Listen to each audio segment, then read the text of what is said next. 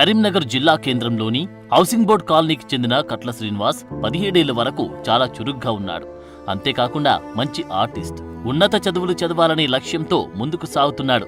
ఈ క్రమంలో ఓ రోజు తీవ్రమైన జ్వరం వచ్చింది. వివిధ ఆస్పత్రుల్లో ట్రీట్మెంట్ తీసుకున్నాడు. హైదరాబాద్లో జరిపిన పరీక్షల్లో కండరాల క్షీణత వ్యాధిగా గుర్తించారు. రోజురోజుకి వయస్సు పెరిగినా కొలది శరీరంలో మార్పులు జరిగాయి. 25 ఏండ్లు వచ్చేసరికి మంచం నుండి లేవలేని పరిస్థితి.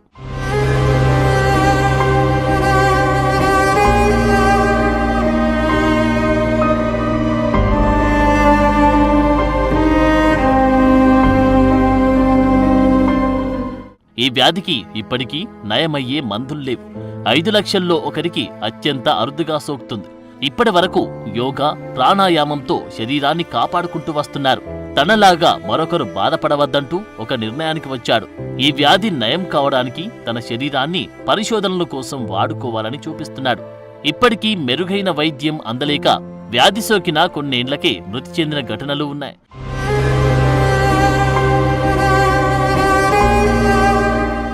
శరీరంలో ఏ అవయం కూడా పనిచేయదు. నీళ్లు తాగినా, ఆహారం తీసుకున్నా ఎవరో ఒకరు సహాయం చేయాల్సిందే. ఎన్ని కష్టాలని అనుభవిస్తూ శ్రీనివాస్ పోరాటం చేస్తున్నాడు. అయితే ఈయన బాధని చూసి ఓ మహిళ 4 ఏళ్ల క్రితం పెళ్లి చేసుకుంది. అతని పాలన ప్రస్తుతం ఈమెనే చూసుకుంటుంది. అనారోగ్యంతో బాధపడుతున్న విషయం తెలిసి కూడా ఈ మహిళ పెళ్లి చేసుకోవడం ఆశ్చర్యాన్ని కలిగిస్తోంది. 9 సంవత్సరాలుగా అతన్ని చూస్తూనే ఉన్నాను.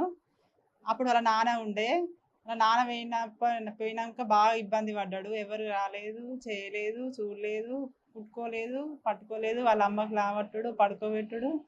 ఆమె పెద్ద ఆమె బాగా ఇబ్బంది పడితే ఎదురుగా ఇంట్లోనే ఉంటాం కాబట్టి అప్పుడప్పుడు వచ్చి లావట్టి కూర్చుని పెడుతును, అటు ఇటు జరుపుతును, ఏదన్నా చిన్న చిన్న సాయం చేస్తున్నాను అమ్మకు. కరోనా టైంలో ఎవ్వరు రాలేదు లోపలికి, అసలు పట్టుకోలేదు, ముట్టుకోలేదు, లావట్టలేదు, కూర్చుని పెట్టలేదు. అతనికి ఆ ఇంట్లోకి ఎవరు రాలే. అట్లాంటప్పుడు నేను అతన్ని పెళ్లి చేసుకోవాలి, నా జీవితం త్యాగం చేయాలని ముందుకు వచ్చి అతన్ని పెళ్లి చేసుకొని 5 సంవత్సరాలు అవుతుంది. ఆయనకు ఇప్పుడు నిరంతరం సేవలు చేస్తూనే ఉన్నా. లావట్టుడు, పడకబెట్టుడు, కూర్చుని పెట్టుడు, స్నానం చేయించుడు, అన్నం తినబెట్టుడు, బ్రష్ చేసుడు, గుండీలు పెట్టుడు, గోళీలు వేసుడు, అన్ని సర్వం సేవలు చేయొచ్చు. ఇప్పుడు ఈ మధ్యలో మాకు ఎల్లుబాటు అవుతుంది. 4,000 పింఛన్ తోటి ఎల్లుబాటు కాక బయటికి పని చేసుకొని వచ్చి కూడా ఆయన చూసుకుంటాను ఆ చిన్నపిల్లగాని లెక్క అన్నీ. ఇప్పుడు మాకు 4,000 పింఛన్ సరిపోతుంది కాబట్టి ప్రభుత్వం ఏదైనా సాయం అందియాలని కోరుకుంటున్నా. వైద్య రంగంలో ఆధునిక మార్పులు వస్తూ ఉన్నా ఇలాంటి వ్యాధులు ఎందుకు నయం కావడం లేదన్న చర్చ సాగుతోంది. ఈ క్రమంలోనే శ్రీనివాస్ ముందుకు వచ్చి తన శరీరం పైన ప్రయోగాలు చేసుకోవచ్చని సూచిస్తున్నాడు. గతంలో చనిపోవాలని నిర్ణయించుకున్నా ఇప్పుడు మాత్రం ఈ వ్యాధి సంగతేంటో తేల్చుకోవడానికి సిద్ధంగా ఉన్నట్లు ధైర్యంగా చెబుతున్నాడు శ్రీనివాస్. అంతేకాకుండా ఇలాంటి వ్యాధిగ్రస్తులకి భరోసా కల్పిస్తూ వారికి కీలక సూచనలు చేస్తున్నాడు. ఈ వ్యాధి సోకిన తర్వాత 40 ఏండ్లు బ్రతకడం అత్యంత అరుదు. ఈ విషయంలో తన కుటుంబానికి ప్రభుత్వం భరోసా కల్పించాలని కోరుతున్నాడు. 40 సంవత్సరాలుగా నేను కండర క్షీణత వ్యాధితో బాధపడుతున్నాను. గడిచిన 12 సంవత్సరాల క్రితం నేను ప్రభుత్వానికి మెర్సీ కిల్లింగ్ ఇవ్వండి అని నేను ప్రభుత్వాన్ని వేడుకున్నా. కానీ ప్రభుత్వం ఏం చెప్పిందంటే మీరు ఆరోగ్యంగా ఉండాలి, మీరు జీవించే ఉండాలని చెప్పింది. అప్పటి నుండి నేను ఇప్పటి వరకు ఆరోగ్యం కోసం ప్రాణాయామం, యోగా చేసుకుంటూ జీవిస్తున్నాను. కానీ ఇప్పుడున్నటువంటి పరిస్థితులలో, ఇప్పుడున్నటువంటి నాకు వయసు రీత్యా నేను ప్రభుత్వానికి ఒక అప్పీల్ చేస్తున్నాను. నా శరీరాన్ని పరిశోధనల కోసం ఇవ్వడానికి సిద్ధంగా ఉన్నాను. నా శరీరం మీద పరిశోధన చేయండి. ఈ కండర క్షీణత వ్యాధి ఎందుకు వస్తుంది, దాని మీద ఎలాంటి మెడిసిన్ తయారు చేయాలనేది ప్రభుత్వాన్ని నేను రిక్వెస్ట్ చేస్తున్నాను. ఇది ఎందుకంటే నాలాంటి వ్యాధిగ్రస్తులు తెలంగాణలో ఒక 4-5 వేల మంది ఉన్నారు.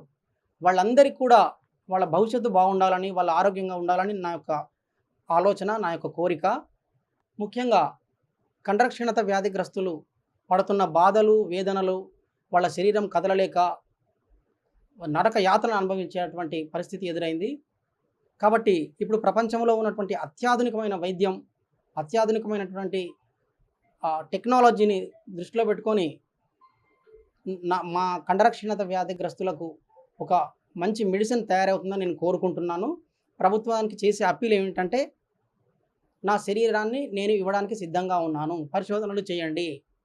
ఇది నా యొక్క ఆలోచన, నిర్ణయం.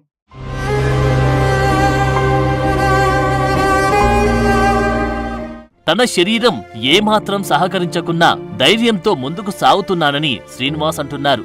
చాలా మంది ఈ వ్యాధి సోకితే మానసికంగా కోలుకోవడం లేదని అంటున్నారు. అందుకోసమే పరిశోధన కోసం తమ శరీరాన్ని ఇవ్వడానికి ముందుకు వచ్చినట్లు చెబుతున్నాడు.